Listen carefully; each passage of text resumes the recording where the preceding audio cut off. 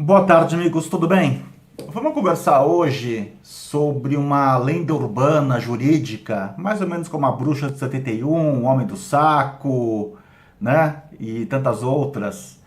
O rapaz que perde o rim, né, que é sequestrado e tem o rim retirado, esse tipo de coisa. Existe uma lenda urbana jurídica que a comunidade jurídica em geral, os criminalistas especialmente, comentam muito e que na verdade não condiz com a realidade fático-científico-estatística. Sabe qual que é? O mito do superencarceramento. Se fala muito do Brasil, que o Brasil é o país que prende demais, existe uma questão no Brasil de superencarceramento.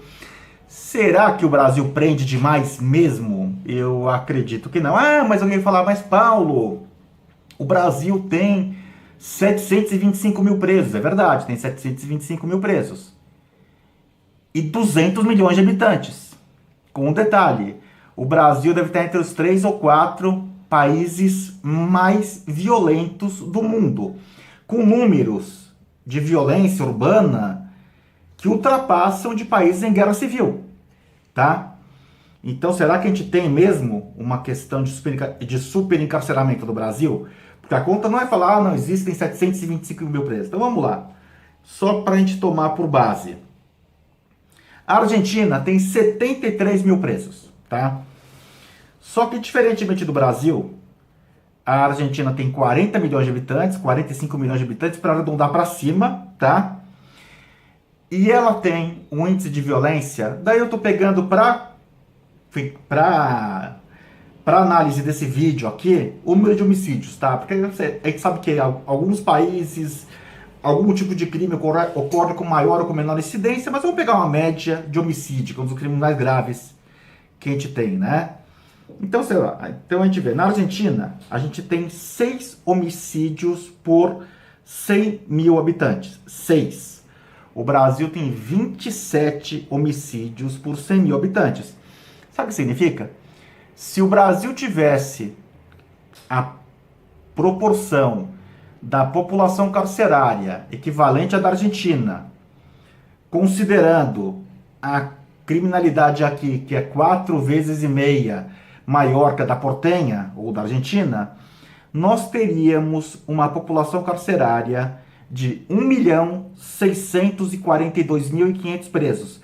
Vamos comparar com a Europa, que prende pouco, com países da União Europeia que prendem pouco? Portugal tem 10 milhões, e agora é fácil fazer a conta, porque Portugal é uma conta quase que linear, é multiplicar e dividir por 20, né? Portugal tem 10 milhões de habitantes, 10 milhões de habitantes, 14 mil presos, com uma proporção de 1,3 homicídios por 100 mil habitantes, tá? Então, Portugal tem aproximadamente 23 ou 24 vezes menos homicídios que o Brasil. Se Portugal tivesse um índice de violência equivalente ao do Brasil, se Portugal, com seus 10 milhões de habitantes, tivesse 27 homicídios por 100 mil habitantes, Portugal deveria ter apenas para manter o seu índice de população carcerária alguma coisa em torno de 290 mil detentos. Se o Brasil tivesse a proporção da população carcerária de Portugal em razão da criminalidade de Portugal, ou em razão da criminalidade brasileira, o Brasil teria alguma coisa em torno de 5.815.384 presos. O mesmo se diga com a Suécia, tá? O mesmo se diga com a Suécia, que com seus 9 milhões e meio de habitantes tem alguma coisa em torno de 5 mil presos, com uma taxa de homicídios de 1,1 habitantes, de 1,1 homicídio para cada 100 mil habitantes.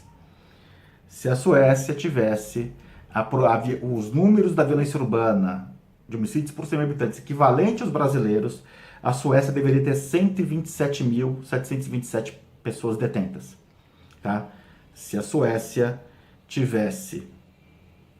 o Brasil tivesse a proporção de presos da Suécia, considerando aí as diferenças de violência urbana de um país para outro, o Brasil deveria ter alguma coisa de 3 milhões de detentos. Então, a população carcerária do Brasil é pequeníssima em razão do volume de pessoas que moram no país, que vivem no país, e em razão da altíssima criminalidade que existe no Brasil. Quando o professor de faculdade te falar que o Brasil enfrenta um problema de superencarceramento, pergunte a esse professor por quê, tá? Por qual razão? E não adianta aí o argumento da autoridade, porque eu fiz uma tese de doutorado e defendi isso. Não. Esse argumento não vale, tá? Esse argumento não vale, tá? Porque a única coisa que existe em estatística, para você aferir um dado estatístico, é a proporção, tá? Por exemplo, vamos dar um exemplo da área econômica.